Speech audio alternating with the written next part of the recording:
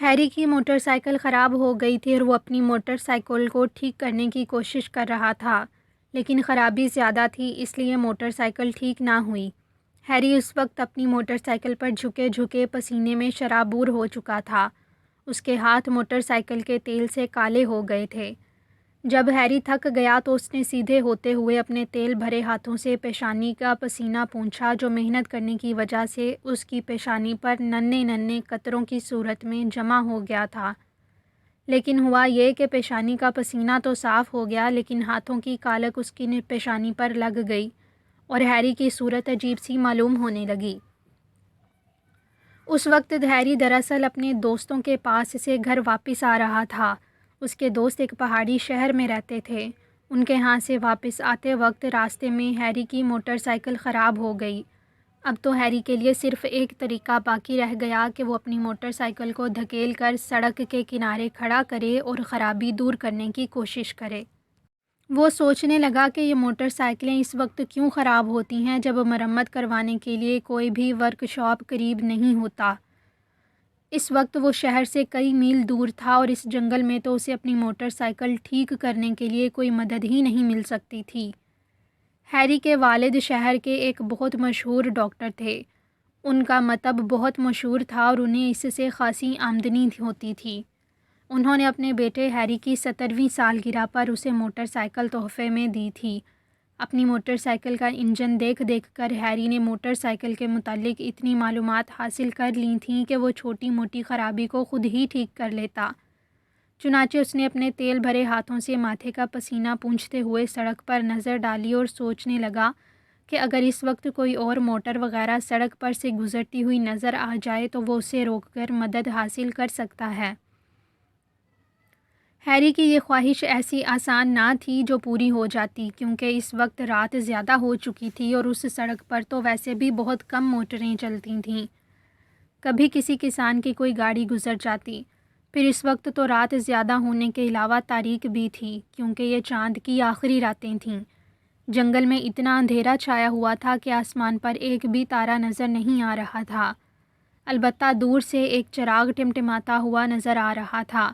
یہ چراغ ریل کی پٹریوں کے قریب تھا۔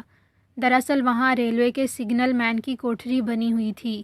کبھی کبھار جب کوئی ریل گزرتی تو اس کی روشنیاں ضرور نظر آ جاتیں، ورنہ اندھیرا چھایا رہتا۔ اب ہیری کو اپنی موٹر سائیکل پر غصہ آنے لگا کہ وہ شہر ہی میں کیوں نہ خراب ہوئی، وہاں تو اسے فوراً ٹھیک بھی کروایا جا سکتا تھا۔ اس نے غصے میں موٹر سائیکل کے اگلے پہیے پر ایک زور کی لات بھی ماری، لیکن موٹر سائیکل جاندار ہوتی تو اس پر ہیری کی لات کا اثر ہوتا۔ وہ تو بیچاری موٹر سائیکل تھی، لوہے کی مشین۔ تھوڑی دیر انتظار کرنے کے بعد ہیری نے سوچا کہ اب یہاں مزید ٹھہرنا بیکار ہے۔ قریب ہی سڑک پر میل کا ایک پتھر لگا ہوا تھا۔ ہیری نے اس پتھر کو پڑھنے کی کوشش کی۔ سفید رنگ کے پتھر پر کالے حروف بڑی مشکل سے پڑھے گئے، لیکن ہیری کو اتنا پتہ چل گیا کہ شہر وہاں سے 5 میل دور ہے۔ چنانچہ اس نے یہی فیصلہ کیا کہ اپنی موٹر سائیکل کو دھکیلتا ہوا شہر لے جائے۔ صبح ہونے تک 5 میل کا فاصلہ تو طے ہو ہی جائے گا۔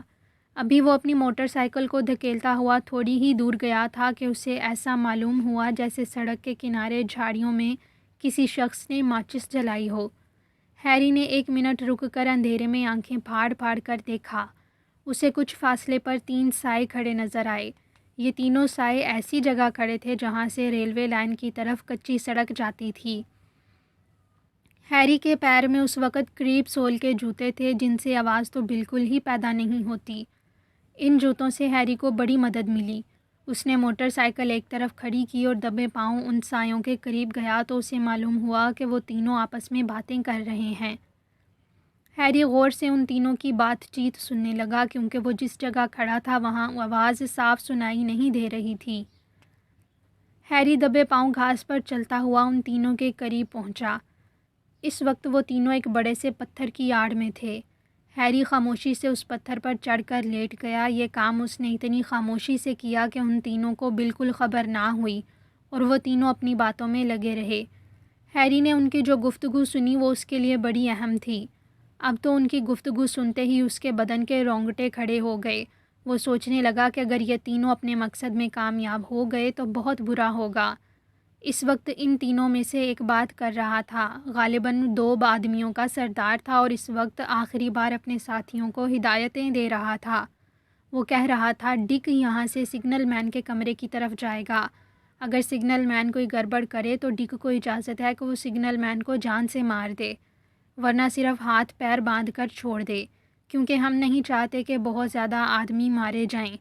جب ایکسپریس گاڑی آنے لگے تو ڈک چپ چاپ کھڑا رہے، یہاں تک کہ جب گاڑی بالکل قریب آ جائے تو ڈک اس وقت خطرے کا سگنل گرا دے۔ ہم سب لوگ ریل کی پٹری کے قریب چھپے ہوں گے۔ جیسے ہی گاڑی رکے تم دونوں فوراً دوسری طرف سے انجن پر چڑھ جانا، پھر ڈرائیور اور فائر مین کو گرا لینا۔ یاد رکھو انہیں چیخنے کا موقع ہرگز نہ ملنے پائے۔ میں گارڈ کے ڈبے میں چڑھ کر اس کی خبر لوں گا، پھر میں سارا سامان اپنے قبضے میں کر لوں گا، اس کے بعد ہم سب بھاگ جائیں گے۔ میں جب گارڈ کے ڈبے میں چڑھ جاؤں تو تم دونوں فوراً بھاگ جانا اور جس طرح ہو سکے اپنی جان بچا لینا۔ پھر کل میں ملنا۔ اگر اس پروگرام میں ذرا سی بھی غلطی ہو گئی تو ہم سب کو 10 سال کی قید ہو جائے گی۔ اب ہمیں روانہ ہونا چاہیے، 20 منٹ کے بعد ایکسپریس گاڑی یہاں پہنچنے والی ہوگی۔ ہیری کو اس شہر کا نام سمجھ میں نہیں آیا جہاں دوسرے آدمیوں کو ملنا تھا۔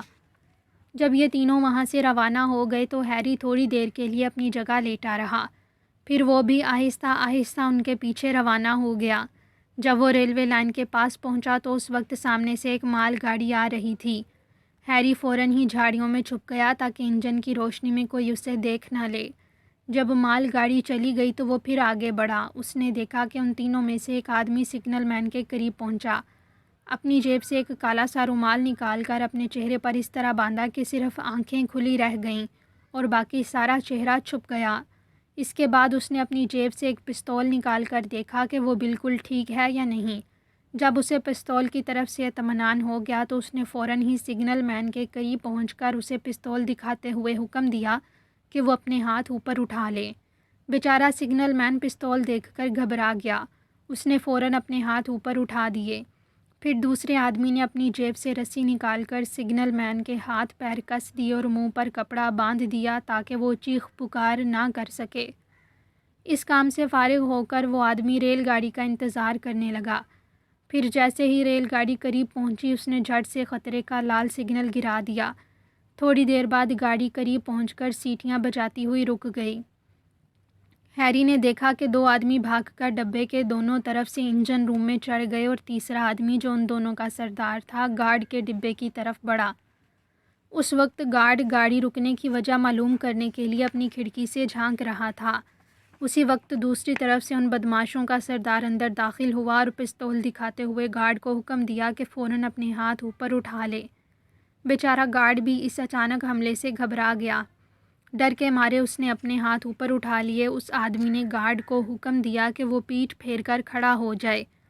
جب گارڈ نے اس کی حکم کی تعمیل کی تو ڈاکوؤں کے سردار نے اپنی جیب سے ایک رومال نکال کر گارڈ کے منہ پر رکھ دیا، جسے سونگھتے ہی بیچارہ گارڈ بے ہوش ہو گیا۔ گارڈ کے بے ہوش ہوتے ہی سردار نے ایک اور رومال سے گارڈ کے ہاتھ پیر باندھ دیے۔ ڈاکو نے اپنا پستول ایک طرف رکھ کر گارڈ کے ڈبے میں رکھے ہوئے ڈاک کے تھیلوں کو فرش پر الٹ دیا اور ان میں سے کچھ تلاش کرنے لگا۔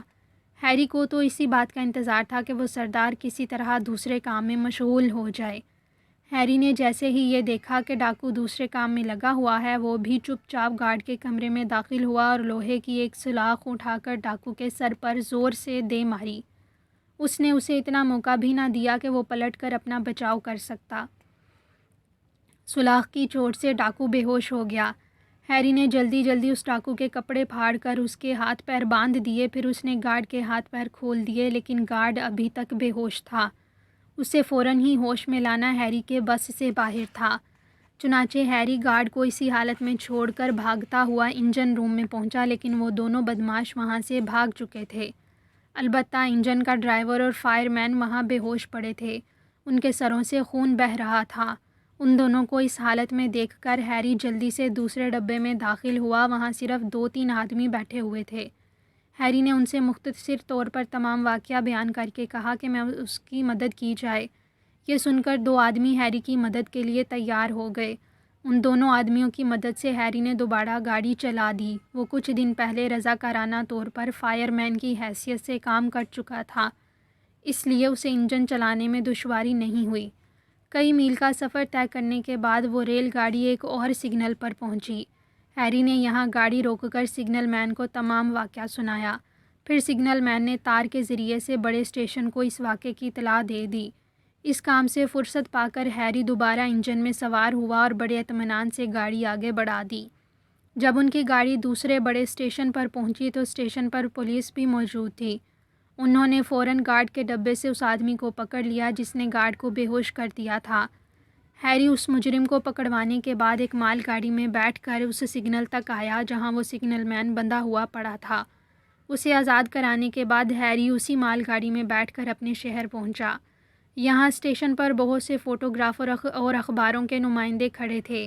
انہوں نے ہیری سے بہت سے سوالات کیے لیکن ہیری نے کہا کہ وہ بہت تھکا ہوا ہے، اس لیے جب تک سو نہ لے اس وقت تک کوئی جواب نہ دے گا۔ اسی وقت ایک فوٹوگرافر نے ہیری کی تصویر کھینچ لی اور ہیری چپ چاپ اپنے گھر چلا گیا۔ صبح ہیری کے والد یہ سمجھ رہے تھے کہ ان کا بیٹا رات کو اپنے دوستوں کے ہاں رک گیا ہوگا، لیکن جب انہوں نے اخبار میں اپنے لڑکے کی تصویر اور اس کا کارنامہ دیکھا تو انہیں بہت خوشی ہوئی۔ انہوں نے ہیری کی امی کو بھی اخبار پڑھ کر سنایا۔ کچھ دن کے بعد ہیری کو اس کی بہادری اور فرض شناسی کے صلے میں بہت سا انعام ملا۔